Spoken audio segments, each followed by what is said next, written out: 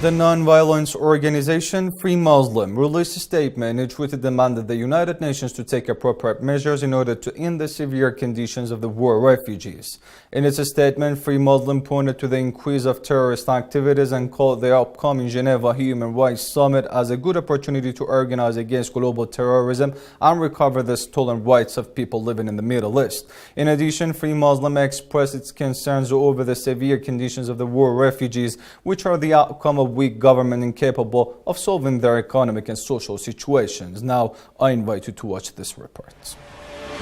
In a statement addressing the international community, the Free Muslim Association, an international foundation dependent to the eminent Ayatollah Shirazi, demanded the international community to take necessary measures to solve the humanitarian crisis in the Middle East and enhance the life conditions of the war refugees.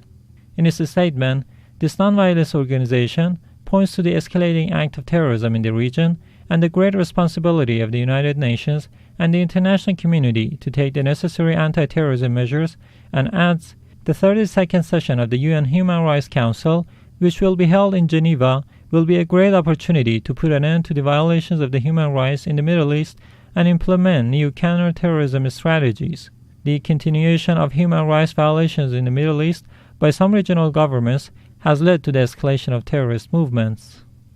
The Free Muslim Association, addressing the poor life conditions of the immigrants, asylum seekers and the war refugees, adds, the bad conditions for which the immigrants, asylum seekers and the war refugees suffer nowadays are the result of the political conflicts between regional governments and the incapability of the governments in resolving their economic and social problems, which only led to the growth of terrorist movements.